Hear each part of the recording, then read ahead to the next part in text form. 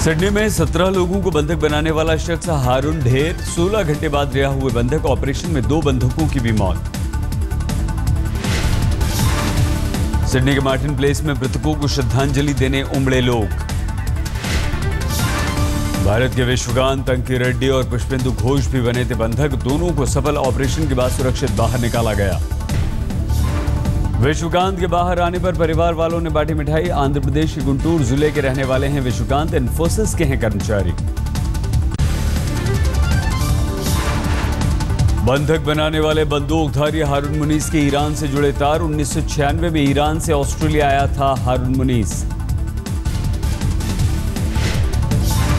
हारून मुनीस पर यौन शोषण के 40 और हत्या जैसे गंभीर आरोप। अपनी पूर्व पत्नी की हत्या का आरोपी भी था मुनीस।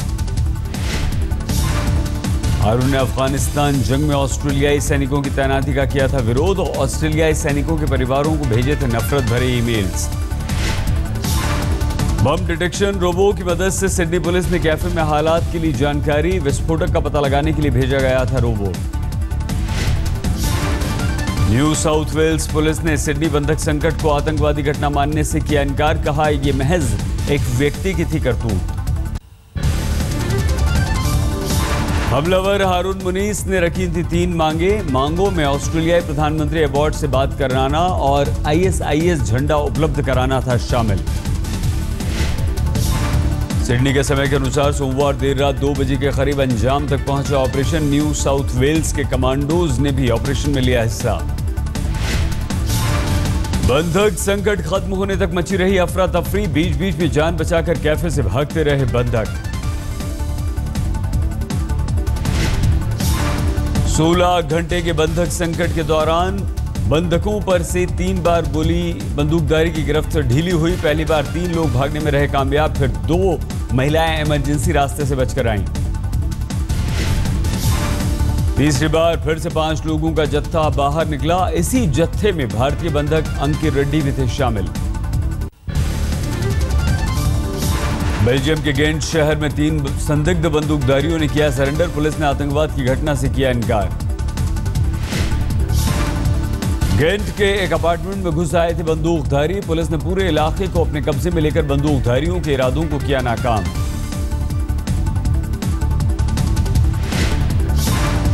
सिडनी की घटना के बाद दिल्ली पुलिस हाई अलर्ट पर। सभी पुलिस थानों को पेट्रोलिंग बढ़ाने के दिए निर्देश। दिल्ली में छुट्टी पर गए अधिकारियों को वापस बुलाया गया। सुरक्षा में बरती जा रही है विशेष सावधानी।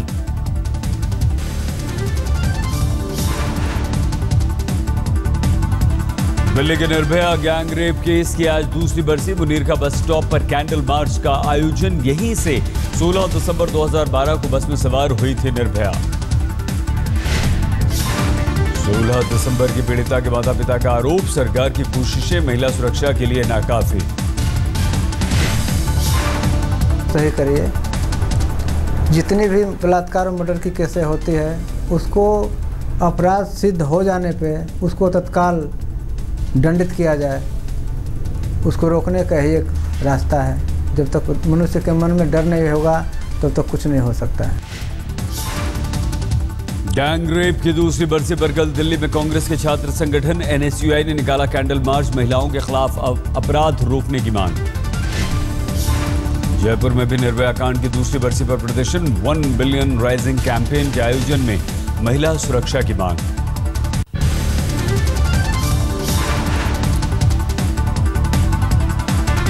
दिल्ली बीजेपी की महिला मोर्चा आज से शुरू करेगी जागरूकता अभियान। 10 दिनों तक महिलाओं को मुहैया कराएगी जानकारी। महिला सुरक्षा के लिए करंट वाले लिपस्टिक का आविष्कार। वाराणसी के एक टेक्निकल इंस्टीट्यूट ने छात्राओं ने इजाद की है लिपस्टिक। करंट वाली यह लिपस्टिक बैटरी से 15 सेकंड में चार्ज होती है और देती है 220 वोल्ट का झटका। मोदी राज में एक बार फिर से पेट्रोल डीजल के घटे दाम। आधी रात से 2 रुपए प्रति लीटर पेट्रोल और डीजल हुआ सस्ता। दिल्ली में 61 रुपए 33 पैसे प्रति लीटर हुआ पेट्रोल। 2 रुपए प्रति लीटर दाम घटने के बाद अब 50 रुपए 51 पैसे प्रति लीटर मिल रहा है डीजल। मुंबई में 2 रुपए प्रति लीटर पेट्रोल सस्ता होने के बाद 68 रुपए 95 पैसे दाम घटने के बाद डीजल 58 रुपए 11 पैसे प्रति लीटर हुआ। नरेंद्र मोदी के प्रधानमंत्री बनने के बाद 9वीं बार पेट्रोल के घटे दाम। अंतर्राष्ट्रीय बाजार में कच्चे तेल के दाम घटने का लोगों को मिला फायदा।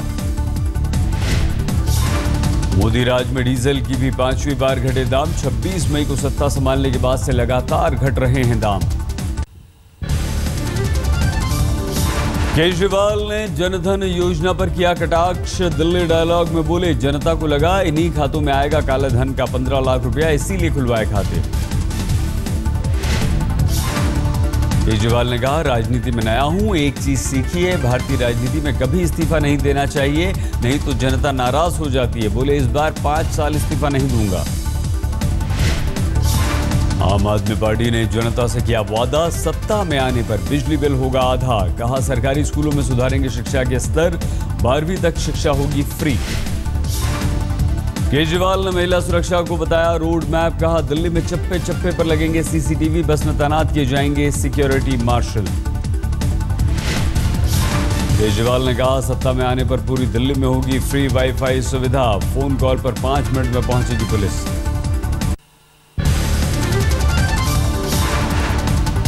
बीजेपी दफ्तर में हॉक्स कॉल के बाद पहुंचा था बम निरोधक दस्ता, जांच में नहीं मिला बम। बीजेपी दफ्तर में सऊदी अरब से आई थी हॉक्स कॉल। मेहदी की गिरफ्तारी का बदला लेने के लिए दी गई थी धमकी। दिल्ली में उपराज्यपाल के घर के बाहर कांग्रेस ने किया प्रदर्शन। अमरिंदर सिंह लवली ने उठाया रंगपुरी में झुग्गियां तोड़ने का मुद्दा। लवली ने कहा, कांग्रेस सरकार ने बिना आवाज दिए झुग्गियां नहीं तोड़ने का किया था वादा। मोदी सरकार कर रही है दलित और किसान विरोधी काम। दिल्ली में चुनाव प्रचार के लिए नेता व्हाट्सएप और पोस्टर्स का ले रहे हैं सहारा। प्रचार के दौरान काम का कर रहे हैं बखान। कांग्रेस नेता मुकेश शर्मा अपनी सभा और मीटिंग की जानकारी भी व्हाट्सएप पर करते हैं साझा।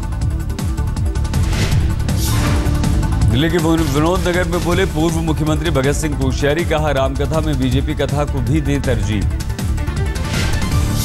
कथा है तो राम का काम तो भारतीय जनता पार्टी करती है, इसलिए राम कथा करो, उसमें भी भाजपा कथा होनी चाहिए, ताकि आगे राम जी का काम भारतीय जनता पार्टी ठीक ढंग से कर सके। अकाली नेता और पूर्व मंत्री सुच्चा सिंह पर अधिकारी को जान से मारने की धमकी देने का आरोप। अधिकारी के अनुसार बिना नीलामी के पंचायती जमीन हासिल करना चाहते थे सुच्चा सिंह। कोलकाता में कांग्रेस ने ममता बनर्जी के खिलाफ किया प्रदर्शन। शारदा चिटफंड घोटाले का उठाया मुद्दा।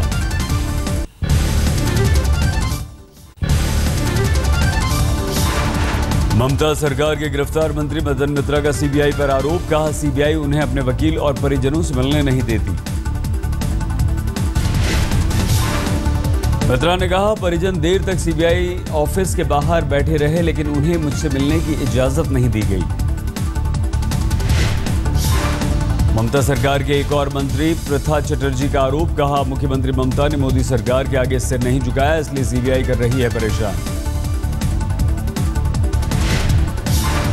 कोलकाता में मदन मित्रा के समर्थन में उतरे कुछ खेल क्लब। रिहाई के लिए खिलाड़ियों और अधिकारियों ने ईडन गार्डन से निकाला मार्च।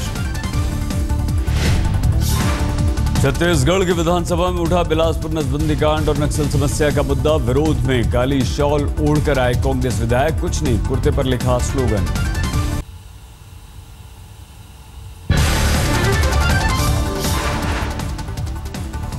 बिहार के खगड़िया में बोले नीतीश कुमार, दंगे की आग में बिहार को झुलसाना चाहती है बीजेपी, इसलिए भेजे जा रहे हैं चुनिंदा नेता। मशहूर हस्ती उत्तर प्रदेश को जलाने के बाद बिहार जलाने के लिए घुसे हैं। ये सब समाज को बांटेंगे। नीतीश का इशारा योगी आदित्यनाथ की तरफ था। उन्होंने यह भी दोहराया कि बीजेपी के अश्वमेध का घोड़ा बिहार में ही रोका जाएगा। वैचारिक आधार पर धर्मांतरण गलत नहीं, ये कहना है उत्तर प्रदेश के राज्यपाल राम नाईक का। राम नाईक ने कहा, अंबेडकर ने भी धर्मांतरण के जरिए बौद्ध धर्म स्वीकारा था। अब बाबा साहेब अम्बेडकर जी ने हिंदू धर्म छोड़कर बुद्ध धर्म का स्वीकार किया, तो वैचारिक स्तर पर जब ये काम होता है उसका महत्व है, और उसी के आधार पर कोई अपना धर्म बदलता है तो उसमें कोई आपत्ति होने का कारण नहीं है। अब बाबा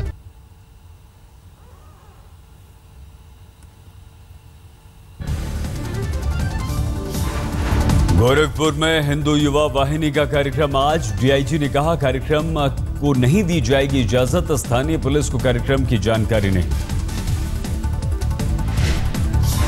दिल्ली के मधु विहार थाने में बीजेपी नेताओं ने हिरासत के दौरान की टी पार्टी। डीडीए की जमीन पर अवैध निर्माण हटाने के विरोध में हुई थी हिरासत। कांग्रेस बीजेपी के कार्यकर्ता अतिक्रमण हटाने का कर रहे थे विरोध। हिरासत में लेने पर थाने में उठाया चाय समोसे का लुत्फ। रोहतक में बस में छेड़खानी के आरोपी लड़कों और पीड़ित लड़कियों का होगा पॉलीग्राफी टेस्ट, जिला अदालत ने दिए निर्देश। पीड़ित लड़कियों और दोनों आरोपी की ओर से अदालत में की गई थी पॉलीग्राफ टेस्ट की फरियाद।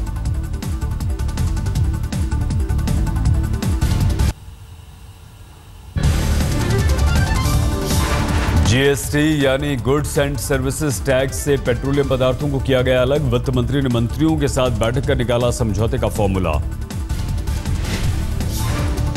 दिल्ली से नोएडा गुड़गांव जाने वालों का ऑटो सफर हुआ आसान। गाजियाबाद परिवहन दफ्तर ने 4000 परमिट नोएडा से दिल्ली और 1000 परमिट नोएडा से गुड़गांव के लिए किए जारी।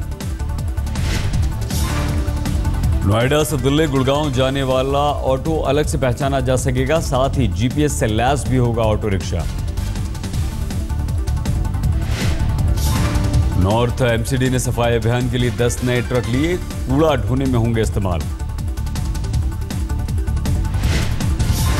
मोदी के स्वच्छता मिशन से जुड़े क्रिकेटर इरफान पठान वडोदरा में सफाई कर्मचारियों के साथ लगाई झाड़ू, कर्मचारियों से गले भी मिले।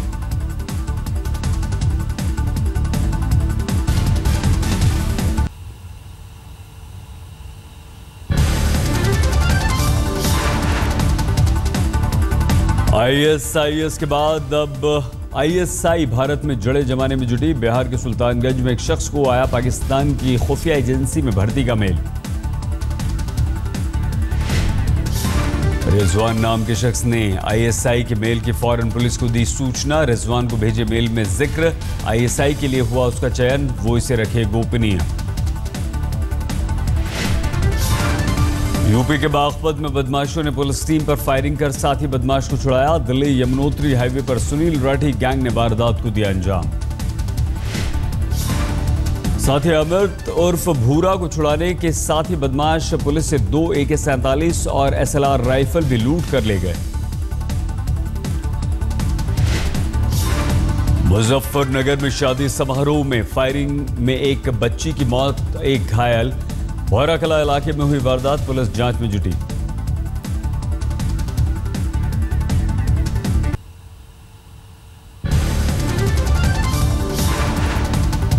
गुड़गांव की धर्म कॉलोनी में बाइक सवार ने मां बेटी पर फेंका तेजाब, झुलसने दोनों की हालत गंभीर। अज्ञात शख्स की तलाश में पुलिस। कानपुर में पुलिस और जीप की टक्कर के बाद ट्रक ने अपराधी को कुचला। बाइक पर अपने 3 साथियों के साथ भाग रहा था छोटू सिंह। हादसे में छोटू सिंह और बाबू की मौके पर ही मौत, गंभीर रूप से एक घायल। गांव वालों ने हत्या का इल्जाम लगाते हुए लगाया आरोप। कानपुर पुलिस ने लड़कियों को प्रेम जाल में फंसाकर ब्लैकमेल करने वाले एक शातिर को किया गिरफ्तार। फेसबुक और व्हाट्सएप पर करता था दोस्ती। गिरफ्त में आए शख्स का नाम शुभम मिश्रा। पुलिस को शुभम के साथी सनी की भी तलाश।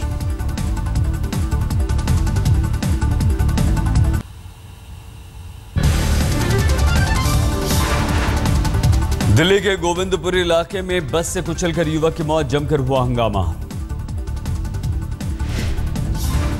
दिल्ली से सटे गुड़गांव में एक्सप्रेसवे पर सड़क हादसे में एक शख्स की मौत। ट्रॉली के नीचे बैठे मजदूरों को तेज रफ्तार कार ने मारी टक्कर। दिल्ली में डिमांड पर कार चोरी करने वाला गिरोह पुलिस की गिरफ्त में आया। गिरोह के 7 सदस्य गिरफ्तार। डिमांड पर चोरी करने वाले के कब्जे से चोरी की 11 कारें बरामद। ग्राहक तलाशने के लिए लेते थे OLX और क्विकर जैसी ऑनलाइन वेबसाइट।